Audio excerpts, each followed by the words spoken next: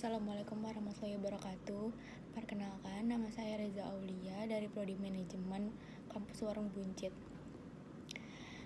Di sini saya akan mempresentasikan tugas besar 2 Bahasa Indonesia yang berjudul Fakir Berbahasa Indonesia. Bahasa Indonesia merupakan bahasa nasional dan juga bahasa persatuan di negara Republik Indonesia ini, dan memiliki fungsi yang sangat penting dalam segala aspek di dalam kehidupan bermasyarakat. Bahasa Indonesia ini wajib dipelajari, dikembangkan, dioptimalkan penggunaannya, dan juga digunakan dengan benar, tidak asal-asalan. Bahasa Indonesia menjadi bahasa utama yang digunakan masyarakat Indonesia dalam berkomunikasi dalam percakapan resmi maupun tidak resmi. Akan tetapi, di zaman sekarang ini banyak pengguna kosakata yang berasal dari negara asing mulai marak digunakan masyarakat Indonesia dalam berkomunikasi. Kosakata asing ini mulai tersebar luas dan mempengaruhi masyarakat Indonesia dalam berkomunikasi, terutama di sosial media. Banyak sekali kalangan muda menggunakan kosakata asing dalam kata resmi maupun tidak resmi. Apa aja sih gejala kefakiran berbahasa Indonesia ini? Ayo kita simak. Gejala kefakiran berbahasa Indonesia ini kita makin parah dengan saling sangkut pautnya kita dalam bercakap. Dengan fasih kita menyelipkan kata-kata bahasa asing dalam tiap percakapan yang kita lakukan. Misalnya, alih-alih menyebut kata maaf, kita lebih memilih kata sorry. Atau menyebut kata boring daripada bosan. Dan masih banyak lagi seperti like, literally, because, never. Barangkali penyelipan kata bahasa asing dalam percakapan itu memang sengaja kita lakukan agar terlihat hebat di hadapan lawan bicara kita. Namun, bisa jadi bahasa asing itu secara otomatis terlontar begitu saja dari mulut kita, sudah jamak digunakan oleh orang kebanyakan. Ini aneh. Kita seakan tidak bangga dengan khazanah kata bahasa Indonesia yang kita miliki di Indonesia ini. Artian fakir menurut Kamus Besar Bahasa Indonesia. Kata fakir diartikan secara langsung dengan menyengaja seseorang untuk menderita kekurangan, atau orang yang sangat kekurangan, atau orang yang sangat miskin. Secara terminologi, fakir didefinisikan dengan berbagai macam makna. Sesuai dari segi apa fakir itu ditinjau, secara umum, fakir dipandang sebagai ketidakmampuan seseorang atau lemahnya orang dalam melakukan sesuatu. Ketidakmampuan itu menyebabkan seseorang tidak memiliki apa-apa dan tidak bisa melakukan apa-apa, baik pekerjaan maupun usaha. Apa sih yang dimaksud dengan fakir? Kata fakir hampir serupa dengan kata miskin, yang juga dimaknai dengan orang yang tidak punya apa-apa atau orang yang sangat butuh bantuan orang lain. Dengan adanya keserupaan ini, tidak jarang kata fakir disandingkan dengan kata miskin yang dimiliki arti negatif, dikarenakan miskin itu dari diri kita sendiri, yang membuat miskin dikarenakan tidak mau berusaha. Lalu pembahasan kita, apa sih penyebab maraknya penggunaan asing oleh masyarakat Indonesia? Poin pertama, 1. Keegoisan masyarakat yang menggunakan bahasa asing agar terlihat keren dan disanjung oleh banyak orang. Yang kedua, keegoisan masyarakat yang menilai bahwa penggunaan bahasa asing memiliki nilai lebih bagi warga kita. Yang ketiga, ketidakpahaman masyarakat dalam mencari istilah asing tersebut dalam padanan bahasa Indonesia. Bahasan selanjutnya, apa saja fungsi berbahasa Indonesia? Di sini saya akan menjelaskan ada 3 poin. Yang pertama, sebagai bahasa resmi kenegaraan. Artinya, seluruh kegiatan kenegaraan diwajibkan menggunakan bahasa Indonesia. Poin yang kedua, bahasa sebagai pengantar pendidikan.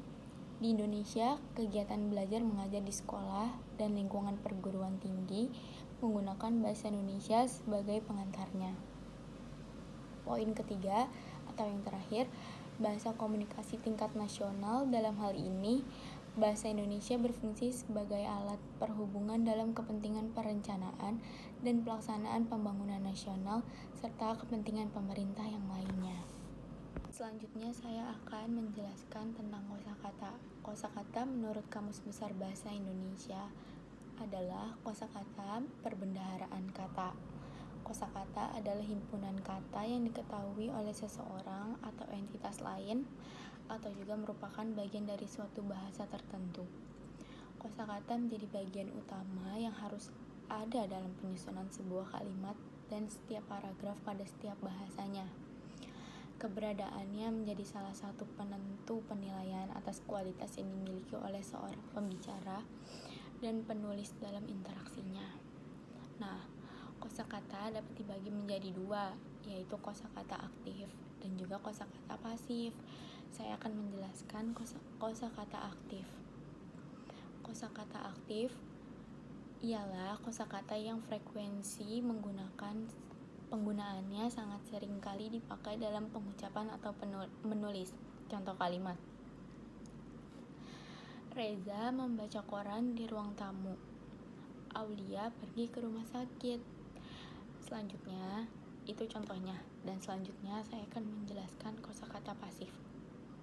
Merupakan kosakata yang frekuensi menggunakan sangat jarang terpakai. Bahkan, sudah tidak pernah dipakai sama sekali. Contoh kalimat pasif: Bolu itu dibuat oleh Alia, tangannya terinjak oleh pamannya. Nah, itu dia contoh keduanya antara kosakata aktif dan kosakata pasif. Saya akan membahas kedudukan bahasa Indonesia. Merupakan bahasa nasional untuk negara kita dan juga bahasa resmi. Kedudukan ini tertuang pada pasal 36 Undang-Undang Dasar 1945. Bahasa Indonesia ini resmi ditetapkan dalam konstitusi pada tanggal 18 Agustus 1945. Dan bahasa Indonesia juga sebagai bahasa nasional.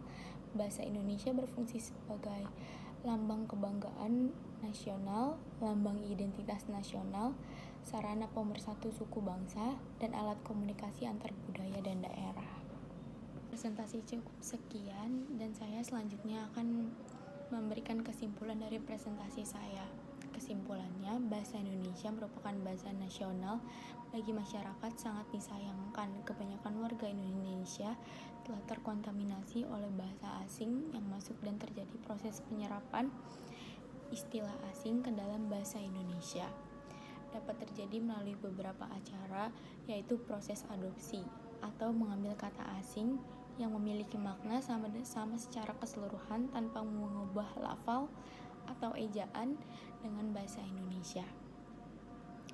Dan proses adaptasinya diserapnya bahasa asing akibat pemakai bahasa mengambil bahasa asing, tetapi ejaan atau cara penulisannya yang berbeda dan disesuaikan dengan aturan bahasa Indonesia. Proses kreasi atau mengambil konsep dasar yang ada dalam bahasa asing, kemudian mencari padanan kata dalam bahasa Indonesia. Akhir, saran dari saya, bahasa yang digunakan oleh masyarakat Indonesia ini diharapkan dipelajari dengan sepenuh hati dan dapat ditingkatkan dan diterus terapkan dalam kehidupan bermasyarakat. Hal ini dilakukan dapat menimbulkan perasaan cinta dan bangga terhadap bahasa Indonesia. Bahasa Indonesia, bahasa yang kita miliki sekarang. Perasaan cinta dan bangga terhadap bahasa Indonesia inilah yang akan mendorong masyarakat untuk mempelajari menggunakan bahasa Indonesia dengan bangga. Sekian presentasi dari saya. Mohon maaf bila ada salah kata. Wabillahi taufiq wal hidayah. Wassalamualaikum warahmatullahi wabarakatuh.